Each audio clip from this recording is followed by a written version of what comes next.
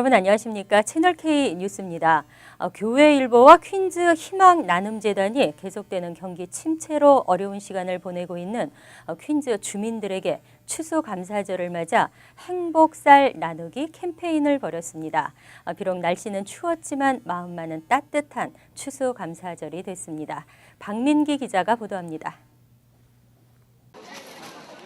교회일보가 주최하고 퀸즈 희망나눔재단이 주관하는 행복쌀 나누기 행사가 퀸즈 주민들의 마음을 녹였습니다.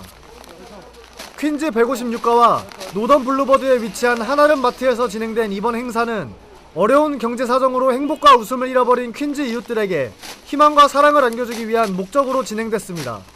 저희 교회일보에서 매년 봄, 가을로 쌀을 이렇게 행사를 하는데요.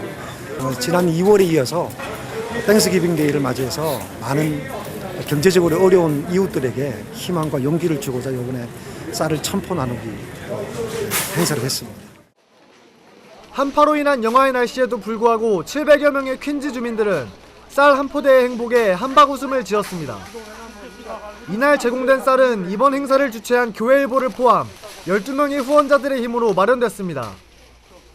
나눔 행사를 위해 총 1000포대의 쌀을 준비한 교회일보는 사전에 티켓을 배부한 후 이날 행사에서 티켓을 지참한 저소득층 한인들에게 총 700포대의 쌀을 나눴습니다. 나머지 300포대는 KCS 한인봉사센터, 엘림 경로센터, 새생명 선교회 등 12개 단체에 돌아갔습니다. 올해로 8번째 쌀 나눔 행사를 진행한 교회일보 우병만 목사는 모두가 힘든 시기이지만 이럴 때일수록 서로 도와야 한다며 이번 행사를 통해 퀸즈 지역 주민들에게 조금이나마 힘이 되길 바란다는 소망을 밝혔습니다. 채널 K 뉴스 박민기입니다. 심심찮게 이어지고 있는 온라인 사기 피해, 특히 요즘 연중 최대 쇼핑철을 앞두고 각별한 주의가 요구되고 있습니다. 국토안보부가 온라인 사기 주의보를 발령했습니다. 국토안보부가 온라인 사기에 각별한 주의를 당부했습니다. 연간 온라인 쇼핑의 80%가 이뤄지는 추수감사절과 크리스마스 사이의 쇼핑 시즌은 온라인 사기가 가장 많이 일어나는 기간입니다. 특히 커피숍처럼 공개된 와이파이 지역에서 인터넷에 접속해 쇼핑을 할 경우 해커에 쉽게 노출될 수 있다며 와이파이 지역에서는 절대 인터넷 쇼핑을 하지 말라고 강조했습니다. 또 신용카드 결제에 앞서 쇼핑 사이트에 개인정보를 암호화해 전송하는 열쇠 모양의 작은 이미지가 있는지, 쇼핑 사이트의 주소는 정확한지 등도 꼼꼼히 확인해야 한다고 덧붙였습니다. 한편 전미소매협회는 블랙 프라이데이와 직후 주말 사이에만 1억 4,100만 명이 쇼핑을 할 것으로 추정하고 있습니다. 또 사이버 먼데이에도 성인의 절반가량이 쇼핑을 할 것으로 예상했습니다. 최근에는 한국을 비롯한 해외 직구족들도 이 기간에 온라인 쇼핑을 많이 하는 것으로 알려졌습니다. 미 국민의 대다수는 이민개혁의 필요성에 공감하면서 오바마 대통령의 행정명령이 적절하다는 평가를 내렸습니다. 꼬투리 잡기 식의 반대를 보이는 공화당에 대해서는 적절하지 않다는 입장을 밝혔습니다. CNN 방송과 여론조사 전문기관 ORC의 조사에 따르면 지난주 발표한 오바마 대통령의 이민개혁 내용이 적절하다고 밝힌 응답자가 50%로 집계됐습니다. 나머지 26%는 지나치다는 반응을 보였고 22%는 불충분하다고 대답했습니다. 하지만 이번 조사에서 오바마 대통령이 의회를 거치지 않고 일방적으로 행정명령을 발동한 점에 대해서는 반대 의견이 많았습니다. 응답자의 56%가 오바마 대통령이 정책을 이행하는데 행정명령을 동원한 것에 반대했고 41%만 찬성했습니다. 오바마 대통령이 행정명령을 내릴 법적 권한을 갖고 있느냐는 물음에 49%가 그렇다고 한 반면 48%는 아니라고 하는 등 찬반 견해가 맞섰습니다.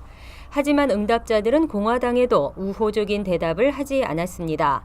하원을 장악한 공화당이 오바마 대통령을 제소할 움직임을 보이는 데는 60%가 반대, 38%가 지지를 표명했습니다. 또 응답자의 76%는 공화당이 오바마 대통령의 결정을 뒤집으려 하기보다 자체적인 이민개혁 법안 처리에 더 신경을 써야 한다고 지적했습니다. 최근 오하이오주에서 한 CCTV 영상이 공개되면서 논란이 커지고 있습니다. 또 백인 경찰의 흑인 소년 과잉 진압 사건인데요. 특히 퍼거슨시 사태와 맞물리면서 파장을 예측할 수 없는 지경입니다. 클리블랜드 경찰은 지난 22일 공원에서 모형총을 갖고 놀던 흑인 소년 타미르 라이스가 신고를 받고 출동한 백인 경찰에 피격되는 CCTV 영상을 공개했습니다. 영상에서 라이스는 모형총을 들고 행인을 겨누며 인도를 걷다가 공원 정자에 앉았고 다가온 순찰차 조수 속에서 경찰이 내려 곧바로 라이스에게 총격을 가했습니다. 라이스는 병원으로 이송됐지만 지난 23일 사망했습니다. 라이스를 쏜 경찰은 백인인 티머시 로먼으로 현재 휴직을 하고 조사를 받고 있는 것으로 알려졌습니다. 영상과 함께 사건 당시 911 신고 녹음 파일도 공개됐습니다. 신고자는 총을 들고 있는 사람이 청소년일 수 있으며 총도 가짜일 수 있다고 말했지만 출동한 경찰에 전달되지는 않았습니다. 순식간에 총격이 발생했지만 경찰은 라이스에게 총을 쏘기 전 손을 들라고 3차례 명령했고 라이스가 이에 응하지 않았다고 주장했습니다. 영상이 공개되면서 미주리주 퍼거슨시 사태와 맞물려 논란이 커지고 있습니다. 오바마 케어 신규 가입과 갱신의 절차가 순조롭게 진행되고 있는 것으로 나타났습니다. 건보걸에서 재가동 첫 주에만 50만 명이 가입한 것으로 나타났습니다. 보건복지부는 지난 15일에서 21일까지 건보거래소에 접수된 신청서가 약 100만 건에 이르며 이 가운데 신규 가입 22만 건을 포함해 50만 건의 가입이 완료됐다고 발표했습니다. 지난 가입 기간 동안 가입 현황 통계 등의 제출이 부실했다는 지적에 따라 보건복지부는 이번 가입 기간에는 주 단위로 대략적인 가입 현황을 발표하고 매달 한 번씩 상세 자료를 공개할 예정입니다. 이날 공개된 첫 주 현황에 따르면 이 기간 동안 건보걸에서 웹사이트 방문자는 약 370만 명이었으며 건보걸에서 콜센터 상담자도 110만 명에 달했습니다. 보건복지부는 내년 1월 1일부터 보험 적용을 받기 위한 가입 마감 시한인 12월 15일 직전과 전체 가입 기간이 끝나는 2월 15일 직전에 웹사이트 방문자가 몰릴 것으로 예상하고 있습니다. 한편 플랜 변경을 하지 않은 기존 가입자에 대한 자동 갱신 작업은 오는 12월 15일부터 시작됩니다. 미 경제 성장의 커다란 부분을 맡아온 고학력 전문 인력이 감소하고 있습니다. 최근 고학력 전문 인력의 아시아행이 급증하면서 대책 마련이 절실한 것으로 분석됐습니다. 워싱턴대 사회학 교수 등으로 이루어진 연구팀은 최근 소셜미디어 사이트인 링크드인의 수백만 데이터 세트를 분석하고 논문을 발표했습니다. 논문에 따르면 지난 2000년에는 졸업이나 이직 등으로 거주지를 옮긴 전문 인력의 27%가 미국행을 선택했지만 2012년에는 13%까지 떨어졌습니다. 학위별로는 학사 학위 소지자가 33%에서 17%로 줄었고 석사 학위 소지자는 27%에서 12%, 박사 학위 소지자는 29%에서 18%로 줄었습니다. 특히 스템 분야 전문 인력의 감소가 두드러졌습니다. 지난 2000년에는 스템 전공자의 37%가 미국행을 선택했지만 2012년에는 불과 15%에 그쳤습니다. 또 2000년에는 세계 상위 500개 대학 출신 이주자의 24%가 미국으로 왔지만 2012년에는 12%에 머물렀습니다. 이와 같은 급감 이유로는 복잡한 미국의 비자 시스템과 아시아 등 다른 지역에서의 전문 인력 수요 급증 등이 지적됐습니다.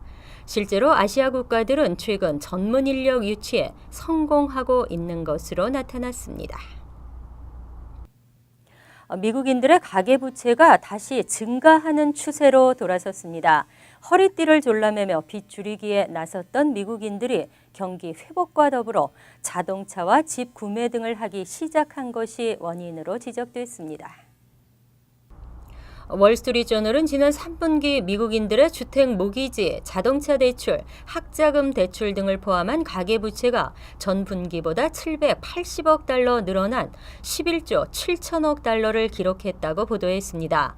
지난 2008년 이후 최고치라며 미국인들이 그동안 문제가 됐던 부채를 어느 정도 정리한 데다 낮은 휘발유 가격과 고용시장 안정 등을 이유로 다시 대출을 늘리고 있다고 분석했습니다. 대출 증가는 주택 모기지와 자동차 대출이 주도하고 있습니다. 지난 3분기 동안 재융자를 포함한 신규 모기지 대출은 약 3,370억 달러로 4분기 연속 하락세에서 처음 상승세로 돌아섰습니다. 같은 기간 자동차 신규 대출도 1,050억 달러를 기록했습니다. 지난 10년 이래 가장 많은 규모의 신규 대출입니다. 학자금 대출도 80억 달러가 늘었습니다. 하지만 부채가 이렇게 늘어나고 있는 반면 연체율은 오히려 줄어들었습니다. 모기지 대출 연체율은 2분기 3.4%에서 3분기 3.2%로 하락했고 자동차 대출 연체율도 3.3%에서 3.1%로 하락했습니다. 세탁업체들이 주정부의 까다로운 규정으로 어려움을 겪고 있는 가운데 환경국은 세탁인들에게 퍼크 장비 철거를 지원하고 있습니다. 아직 신청하지 않은 세탁업소들은 서둘러 신청하셔야겠습니다.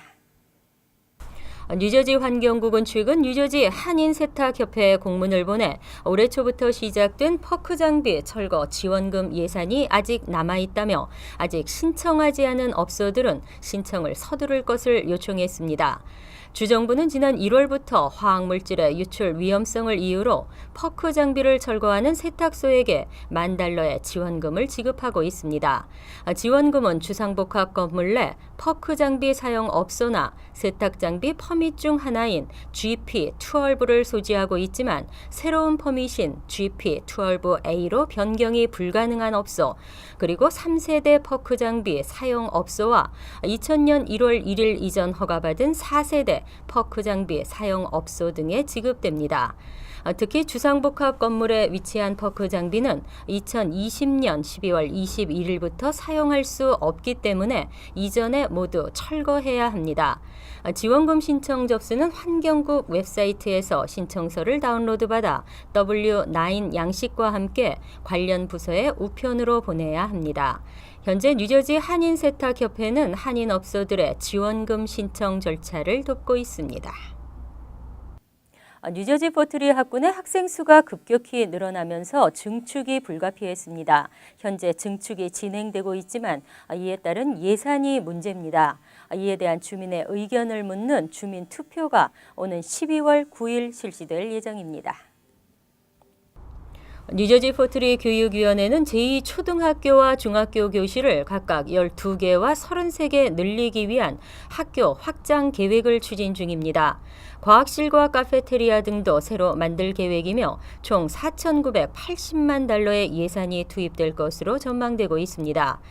교육위원회 측은 과밀학급 문제가 갈수록 심각해지는 상황이기 때문에 확장이 불가피하다고 설명했습니다.